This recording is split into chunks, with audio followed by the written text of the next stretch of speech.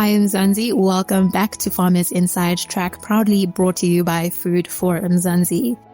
My name is Patricia Tembo, your host, and today we welcome our farmer mentor, Lesego Mohube. Lesego is a vegetable producer from Gauteng who has found a way to supplying one of South Africa's largest fresh produce markets. Let's get right into hearing her story. Lesego Mohube, welcome to Farmers Inside Track. We're really happy, excited to have you as our farmer mentor today. So welcome. Thank you very much. Very excited for this conversation that we're about to have. And I'm also grateful to Food for Mzansi for giving me the platform. So thank you very much. Awesome. Yeah, no, I'm so keen for this conversation, Lesego. Speaking to you, I think a few weeks ago, you'd mentioned that you are a commercial farmer focused on vegetables. So I'm so keen to go into that. I know a lot of our listeners are also within that space. So to just get wisdom from how you've managed to scale your business, I think is going to be very interesting and helpful for our listeners as well. So maybe if we could get right into it, because every story, has a beginning. How did you get into agriculture? I finished my matric in 2019, and then I couldn't get into any tertiary institution. So I think I took a 2 years gap. And when the third year was approaching, one of my friends was like, just make sure your papers are ready. Tomorrow we're going to Potch. There's an agricultural college. And I was assisted by a lady named Bonolo. So she's the one who processed everything. That day, they were just registering, they weren't taking any new application. And then that's when now the idea of agriculture came. And then third year, when I did my practicals through Potchefstroom College of Agriculture, I was put in a farm where the farm manager allowed me to be my own boss and allowed me to even start my own business. That is where the company started with just one tunnel. So that was last year through the assistance of the farm manager, Johannes. When you finished matric, you already knew that this was what you wanted to go into, that agriculture and farming was, already the vision that you had for yourself? No, initially I wanted to become a nurse. I think that's why I took the 2 gap years, because I was usually applying, either for a nursing college, a nursing institution, but none were taking me. And then I had to now broaden my horizons and then broaden the options to get an education, because also I had to look at the fact that, okay, looking at the state of the economy, you can study something, but then you don't get a job. So when someone said agriculture, then I Googled the night before and I realized it's actually broad. There's those that are office-based, there's those that are outside-based. So I think that was one thing that also allowed me to go and register for the course. That's so amazing. Wow. And when you started studying, is that when you, I suppose, as one would say, fell in love with agriculture and decided to stick to it? Maybe if you could speak a little bit about that, what has now made you build into agriculture and, stay in it the way that you have so far? I think it was the institution, Potchefstroom College of Agriculture, because it was not like other institutions where first year you choose either you do animal or you plant. We did both. And then on your second semester, that's when you choose if you want to continue with the animal section or the plant section. So the first year I had an idea of what it is that I like. I knew there was piggery, there was layers, broiler, there was your grains, there was your veg, there was your fruit. We did all of that so that I think when you approach your second year, second semester, you kind of have an idea of what it is that you want to do also for your third year. I automatically fell in love with the veg, not only because of that, but I also saw it was an easy access to the market. It was an easy access into the agricultural industry, because remember, if I make a mistake, I've lost probably just 300 Rand because I need to go buy a chemical. But if I make a mistake with an animal, we're looking at 12 to 14,000 Rand.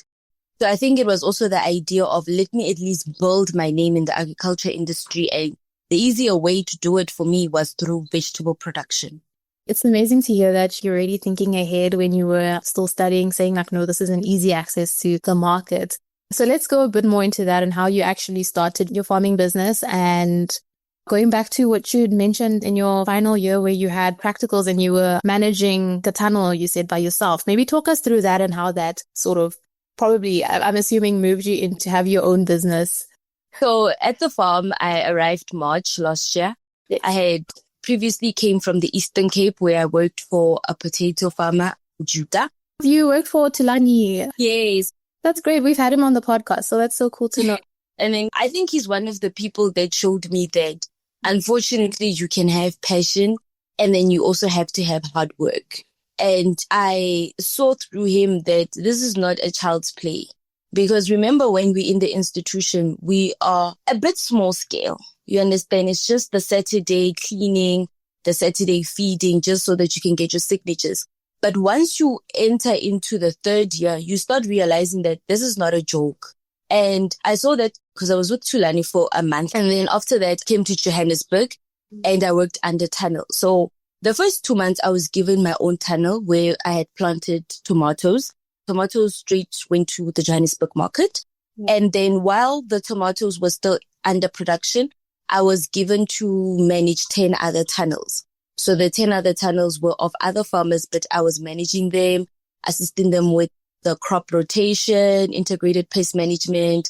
We were also advising in terms of chemical usage because we also had farmers in the area where one wanted to practice organic, but they did not understand the true meaning of the word organic. So in total, it was basically 11 tunnels, but then one tunnel was mine that I was producing. And then after that, I met a partner by the name of Bokang, and then we planted green peppers that was taken to the market under the RSA group.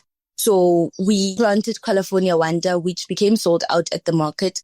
And it was quite an impressive thing because I didn't think that we would be able to produce such beautiful, good quality green peppers. Because remember, when you take to the market, it's yours and 56 other farmers. But the fact that we were able to get sold out, it was amazing. And after the Agri Park, remember, you graduate, so you need to leave the area. And that is where I started to currently looking to expand the business.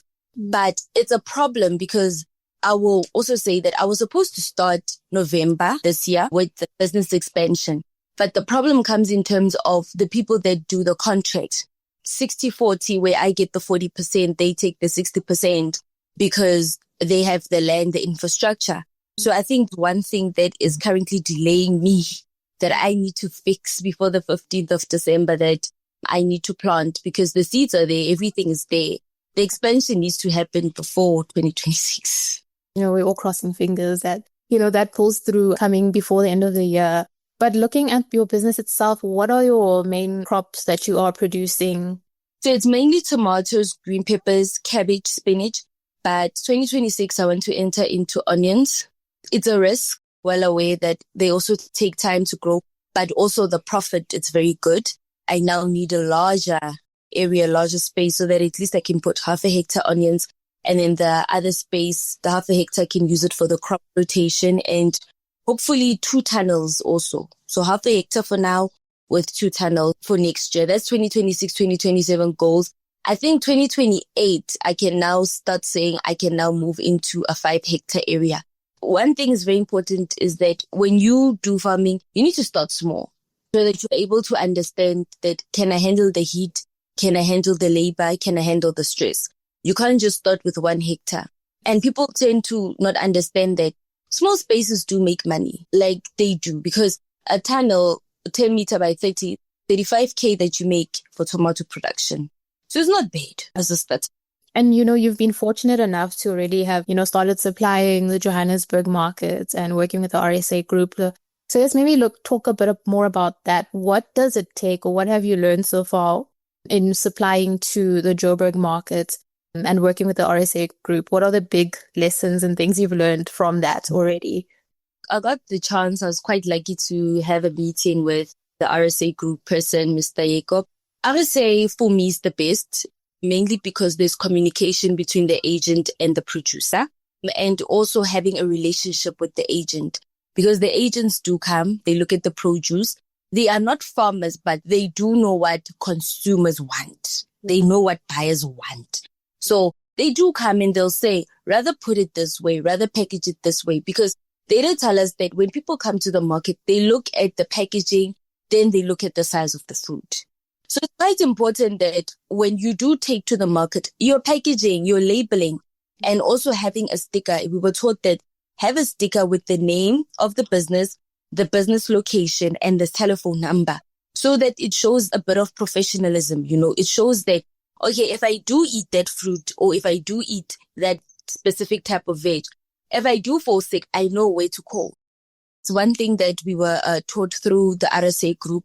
And also times, we must study the market. It's very important as a farmer to study the market. We usually deliver Wednesday or Thursday evening, mainly because people for funerals and caterings would come and buy either on a Thursday or on a Friday.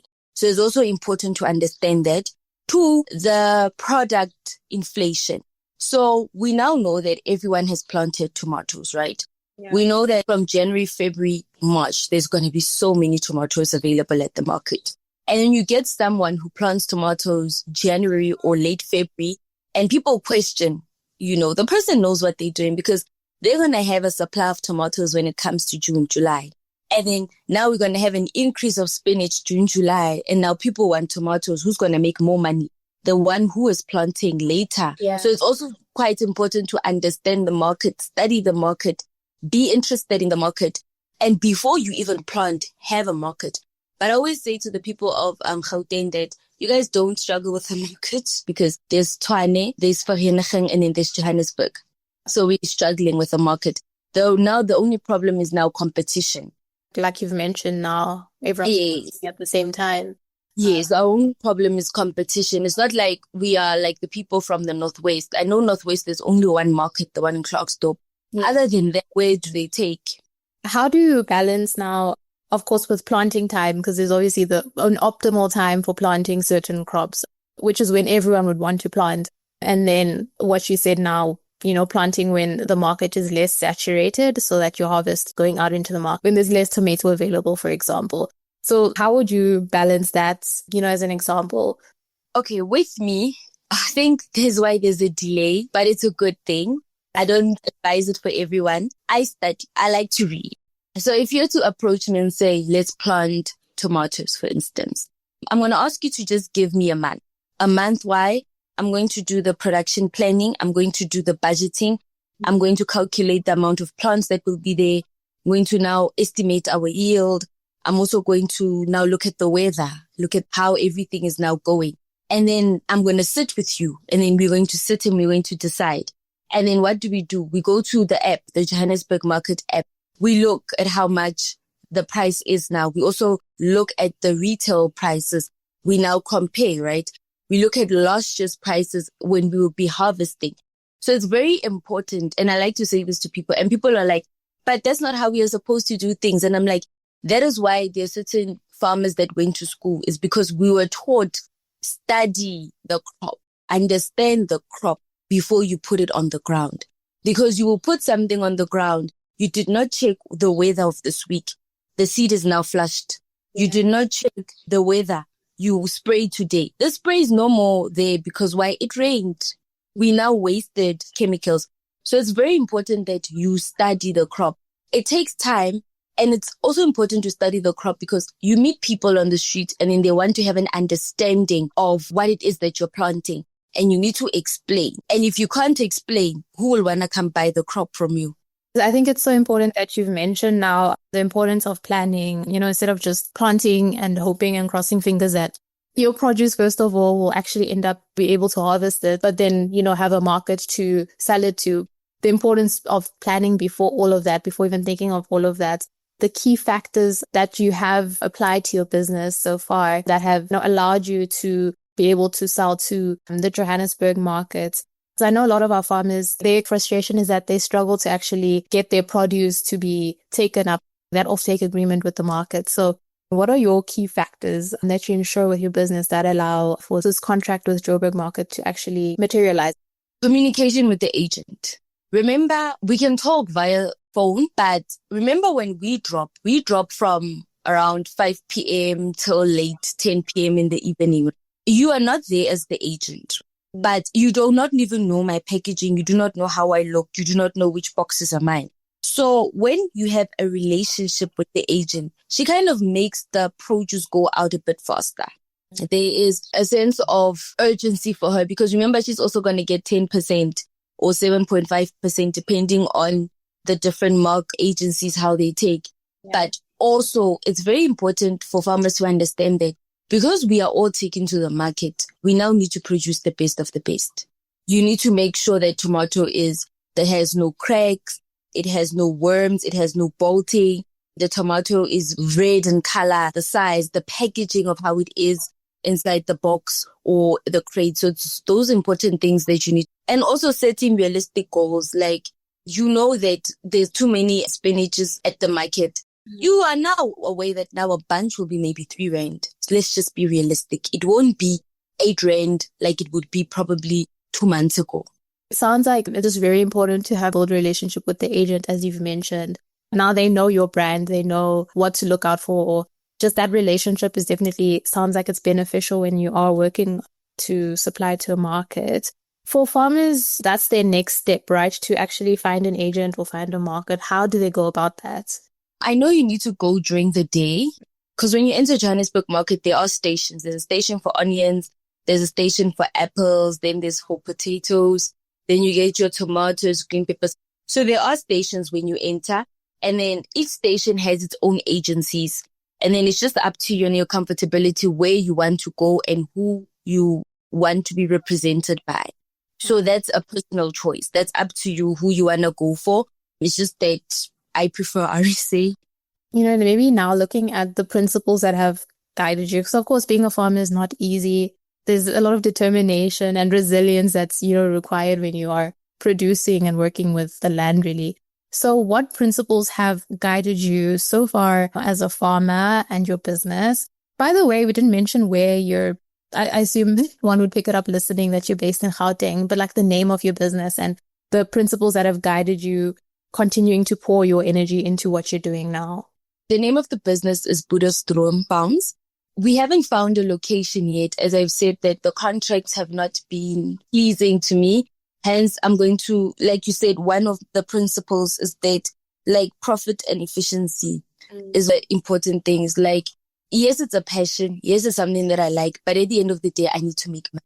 I need to be able to afford things. I need to be able to afford myself also. And it's also important to understand that the fairness of the business, we need to be fair and we also need to be transparent. The interaction, I think one of the things is having a good interaction with suppliers and employees is very important, and also neighboring farmers, because they assist you. They meet you halfway. They assist you in terms of chemicals. Sometimes one will say, I see that you don't have a tractor, pop diesel, I will assist you. So it's one of the things that is important when you get into agriculture. And one thing I'm going to say is that integrity and having a long-term vision. It's not easy. Trust me, this year I did want to quit, but there's certain doors that open when you want to quit. There's doors that close when you want to quit. And you sometimes realize that it's good that that door closed because you weren't going to make money. I think it's something that we need to discuss with people that rent out land, that you need to consider. Hence, it's important to sit down and calculate and understand your crop. I got a quote. They said for 1 hectare, it's 60,000 rand a month. And I spoke to the person and I said, okay, let me sit down with you, right? Let's say I plant spinach now. 1 hectare, I'm going to make 89,000 rand. I'm only going to harvest in 6 weeks. And then it's a continuation of harvesting. Who's making the money, you or me? And she's like, her. And I'm like, but you don't do anything. You are only renting me out for water, electricity, and land.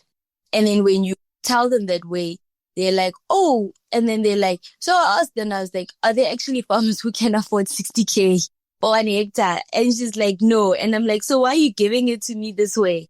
And I think that's why it's very important if you get into agriculture. Financial literacy is important.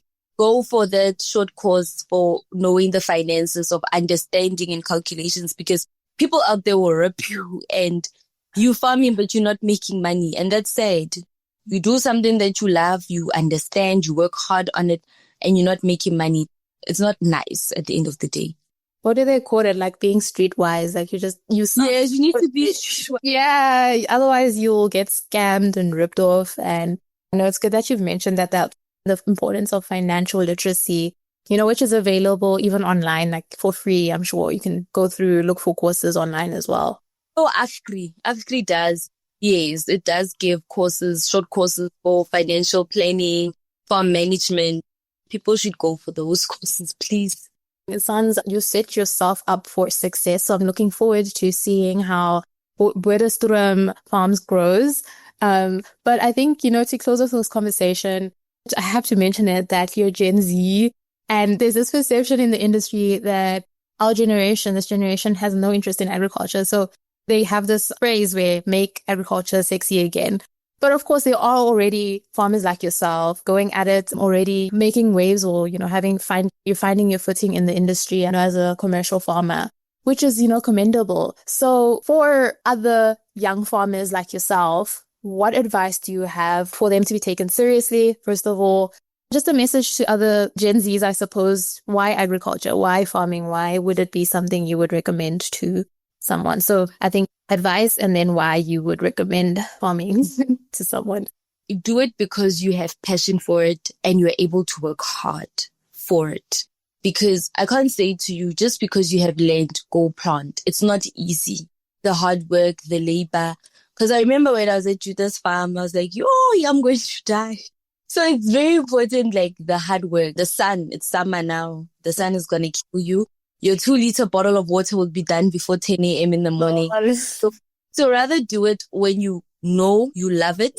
I think when you say Gen Zs in agriculture, we Gen Zs have a tendency of not helping each other. And that has slowed our rate because we like to keep information to ourselves. And I sometimes don't understand why, because I'm like, I talk a lot, right? And the reason why I talk is so that maybe someone behind me can say, oh, I know a lady who stays there. She will help you. But Gen Zs don't want to. They don't want to help. They don't want to meet people halfway. And I question myself and I'm like, but you're in an industry where, unfortunately, we have to have each other's backs. There could come a time where your workers are on strike. My workers are here. You need to harvest. I can borrow you my workers for free. I don't even need to charge you for borrowing you my workers. It's also important to know what to do. And if you don't know, be willing to ask someone who does. Don't be scared to ask. Don't be scared to bother people. Like I have mentors that I call the whole day. When I was on a call with him for like 3 hours and the guy's like, let's talk. And I'm like, I need assistance. And it's something that we are scared of doing is asking and also having the time to plan ahead. It's important to plan ahead. Like, for example, with me, I'm well aware I'm behind schedule, but I also gave myself an extended time to say at least before the 15th of December, I need to have found land, proper contract, so that January month end transplanting has taken place and we can just begin with the 2026 planting season. So those are those things that are important. And agriculture is nice. You're going to cry. You're going to laugh. It's nice when you harvest. Thank you for sharing. I don't know if there's anything else that you would love to leave on the podcast for our listeners that we didn't maybe speak about. What I'm going to say is try to also educate yourself. Even if you do have the degree, try to attend short courses, trainings, because through people we actually learn. So it's very important. Don't be an island. Please communicate, ask for assistance. Thank you so much to Lesego Mohube. And if you'd like to read more about her story, you can definitely visit www.foodforumzansi.co.za. And that brings us to the end of this episode. Remember to subscribe to our podcast on your favorite platform.